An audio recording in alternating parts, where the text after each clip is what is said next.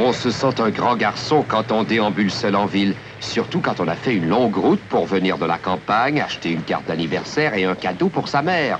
Pierre n'avait jamais pris de décision aussi grave.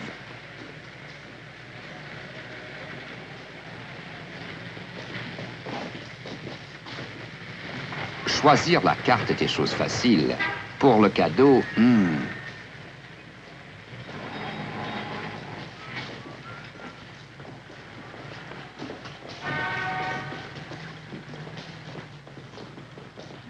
Se décider devant tant de belles choses, c'était bien difficile. La coupe bleue. Ou quoi d'autre? La coupe bleue, c'est mieux. 65 sous pour la coupe et 15 sous pour la carte. Il avait juste assez d'argent pour les deux.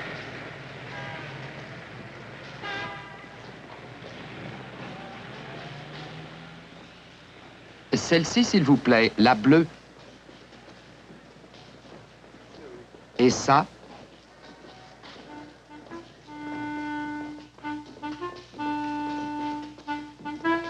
Maintenant, à la maison.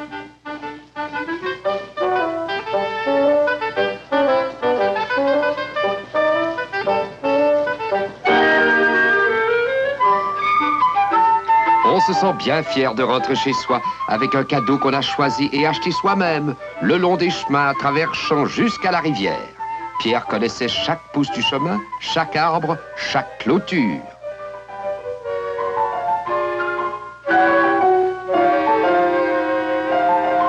Même si l'anniversaire de sa mère n'était que dans une semaine, le fait d'avoir la coupe sous le bras le faisait aller encore plus vite.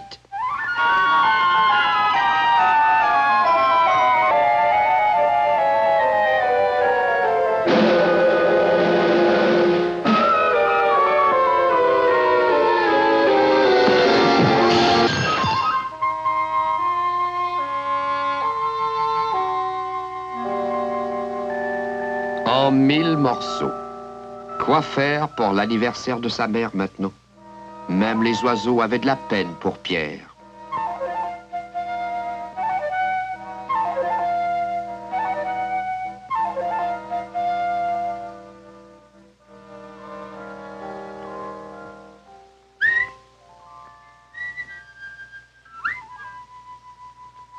Quel curieux sifflement!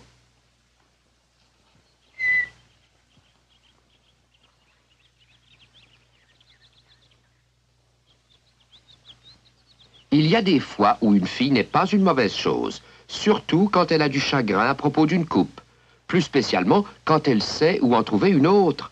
Elle dit qu'elle s'appelle Aneka et elle demande à Pierre de la suivre. Alors Pierre suivit Aneka le long d'un sentier qu'il ne connaissait pas auparavant.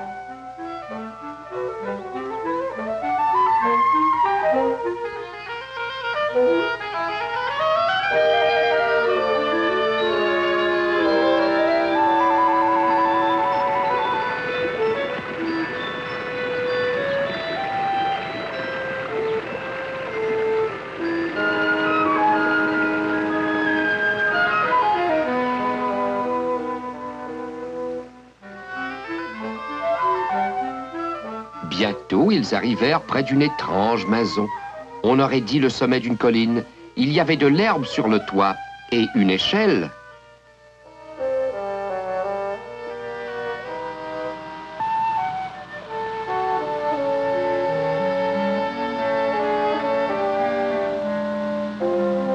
Mais il y avait mieux.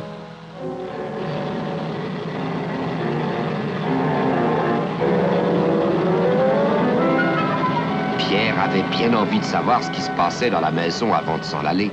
Que pouvait bien faire cet homme aux grosses lunettes? En attendant, qu'est-ce qu'il pourrait bien découvrir d'autre?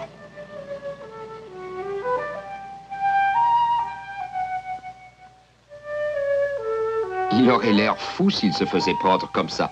Mais il se passait peut-être quelque chose d'intéressant à l'intérieur. Qu'est-ce que c'était donc que ces petits animaux? Pourquoi les tremper dans la cuve? Pierre ne comprenait pas ce qui se passait, et voilà qu'Anneka, qui aurait pu tout lui expliquer, avait disparu.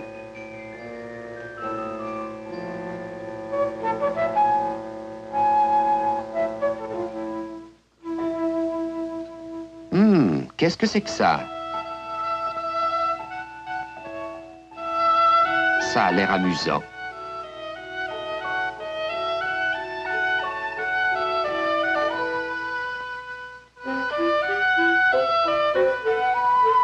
Lorsqu'Anneka revint avec son père, Pierre était très occupé.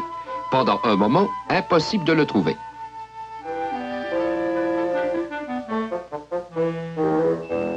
Monsieur Deichmann, qui était le père d'Anneka, lui expliqua que c'était une roue de potier et qu'il était potier lui-même. Il fabriquerait un autre cadeau pour la mère de Pierre et il le ferait avec de la glaise. Pierre trouvait cette méthode très amusante, mais il se demandait comment Monsieur Deichmann pourrait faire une coupe avec un bloc de glaise. Pourtant, c'est ce qui arriva.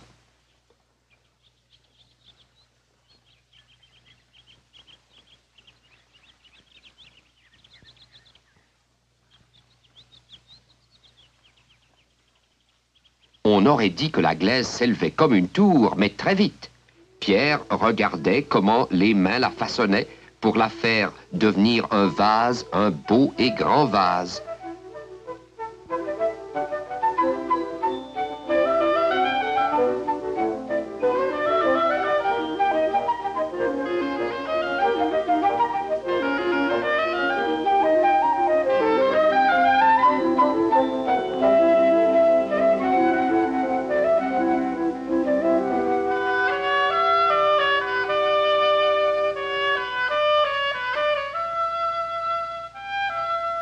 Mais ce n'était pas un vase que Pierre voulait pour l'anniversaire de sa mère.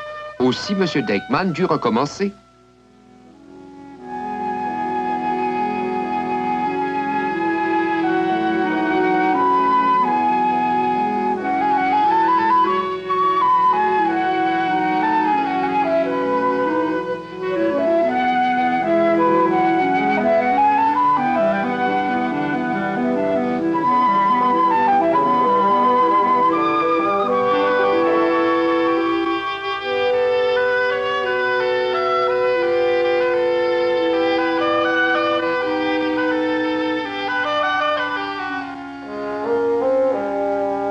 Ça aussi, ça ressemble à un vase, avec une anse pour le tenir.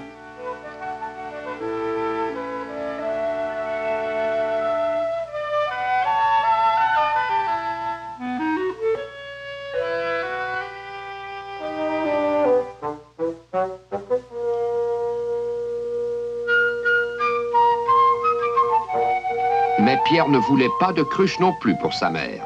Avec l'aide d'Anneka, il expliqua qu'il désirait une coupe.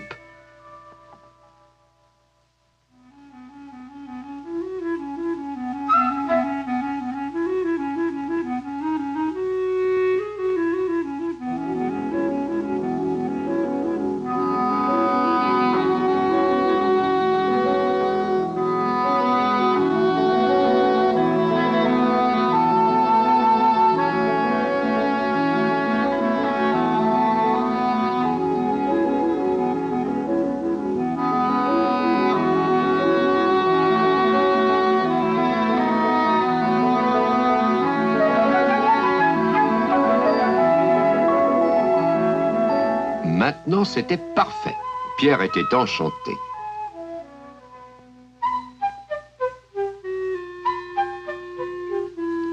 La mère, la sœur et bientôt le frère d'Anneka vinrent examiner la coupe.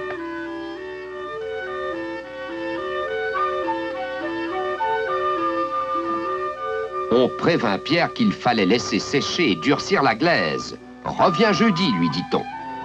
Sûrement qu'il reviendrait jeudi, sans faute.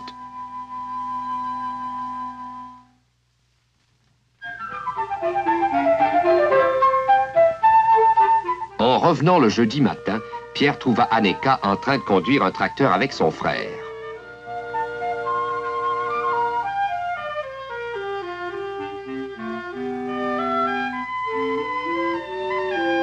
Ils prirent ensemble la coupe pour la montrer à Madame Deichmann. Puis Anneka eut une idée. Pourquoi ne pas demander à sa mère de peindre un motif sur la coupe? Le ferait-elle? Certainement. Rien n'était plus facile puisqu'elle faisait de la poterie elle aussi. C'est elle qui avait modelé les petits animaux que Pierre avait vus par la fenêtre. Pierre la regardait travailler. Ses mains étaient aussi adroites que celles de M. Deichmann quand il avait modelé la coupe sur la roue. Comme il aimerait pouvoir dessiner comme ça.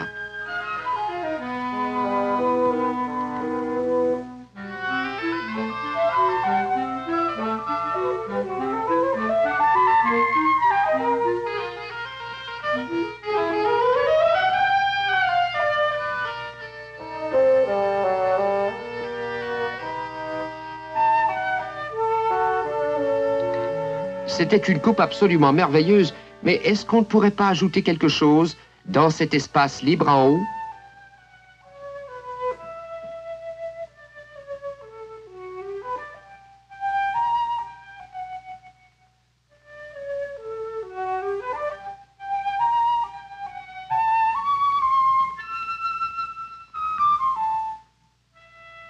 Cette fois, se disait Pierre, la coupe est bien à moi. Mais non, il faut d'abord qu'elle soit cuite. Cuite? Monsieur Deichmann expliqua que l'on cuit la poterie dans un four spécial. La chaleur du four transforme la glaise et, en la transformant, la durcit. Monsieur Deichmann et Anneka posèrent très délicatement les fragiles poteries dans le four.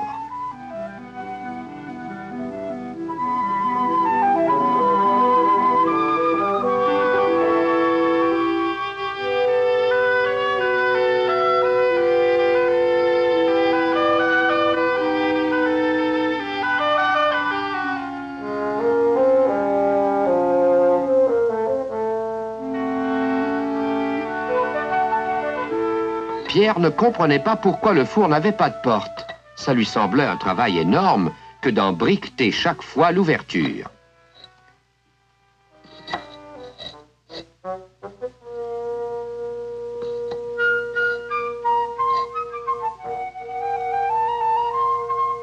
À l'autre extrémité du four, on alluma un chalumeau et Pierre commença à comprendre ce qu'il avait vu en descendant de l'échelle et pourquoi, avec un feu pareil, une porte ordinaire n'aurait pas suffi.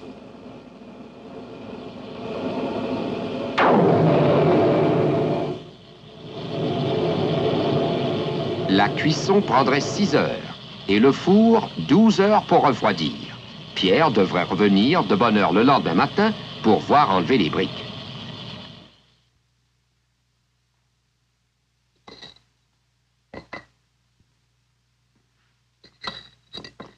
Monsieur Deichmann n'avait qu'une parole. Brique après brique, il ouvrit le four.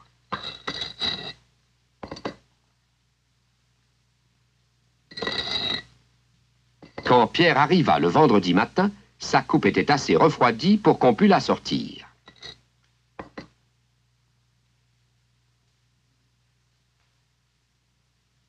Maintenant, elle était prête? Non, pas encore, Pierre, dit Monsieur Deichmann. Il faut la porter dans la chambre d'émaillage. Pierre commençait à être inquiet. C'était demain l'anniversaire de sa mère.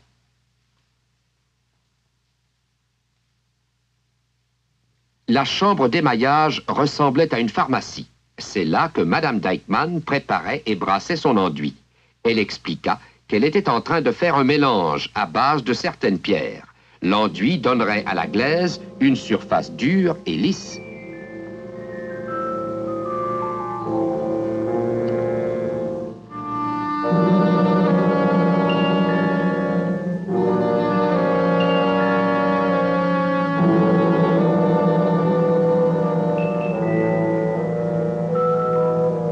Autant que Pierre put le constater, l'enduit ne faisait que cacher les dessins. Pourquoi peindre les motifs sur la poterie, puisqu'il fallait les recouvrir ensuite? Il aimait la coupe telle qu'elle était. Mais que pouvait-il faire quand Madame Deichmann était déterminée à la tremper comme les autres?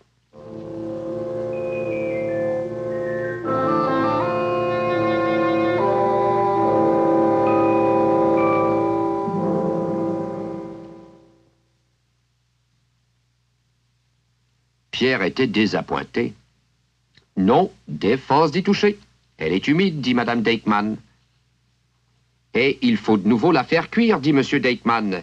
Mais il ne reste plus que 2 jours, aujourd'hui et demain. Si ce n'était pas prêt demain, allons un sourire, Pierre, ce sera prêt. Mais il faut la mettre dans le four à céramique. »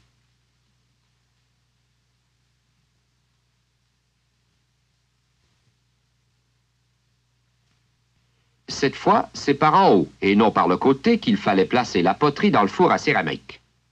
Ce serait un four encore plus chaud que le premier.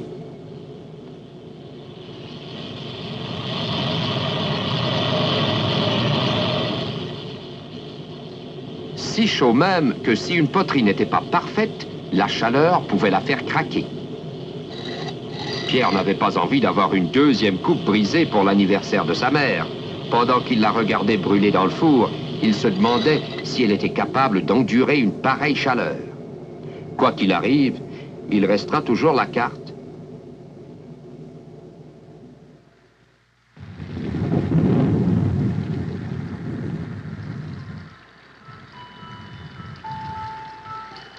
Oh, quelle journée pour un anniversaire!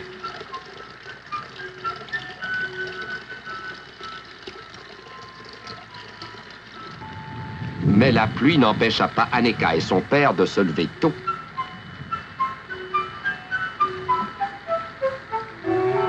Et la pluie n'empêcha pas Pierre d'être matinal et de se dépêcher pour venir chercher sa coupe.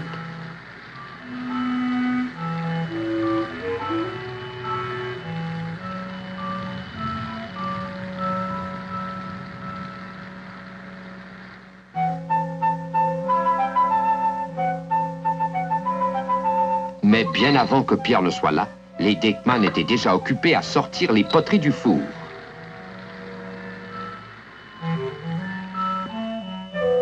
Pierre était déjà inquiet en courant. Sa coupe serait-elle prête? Si elle allait être craquée?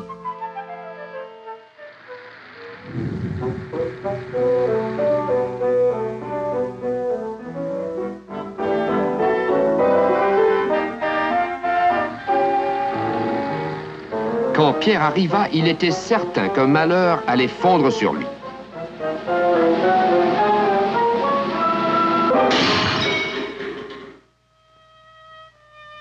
« Ce n'est pas ta coupe, cria Aneka. La tienne, c'est celle qui vient ensuite. Viens voir. »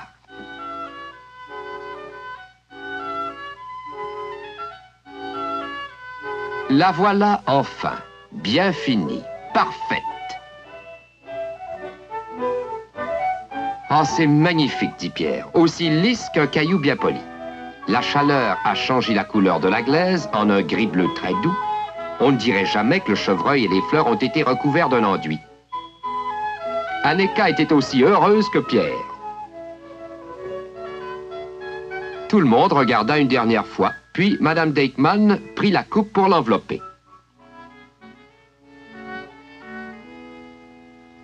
Dehors, le ciel s'était éclairci. Pierre et Aneka regardaient la carte d'anniversaire. Elle était un peu froissée, mais tant pis.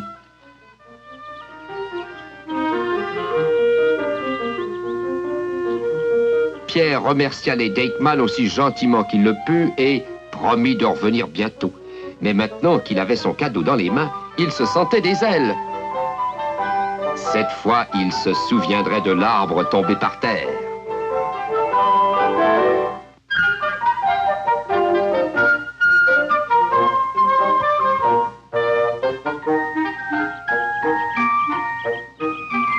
On se sent bien fier de rentrer chez soi avec un cadeau spécialement fait pour sa mère. Surtout quand c'est un si beau cadeau et qu'on peut raconter comment il a été fait.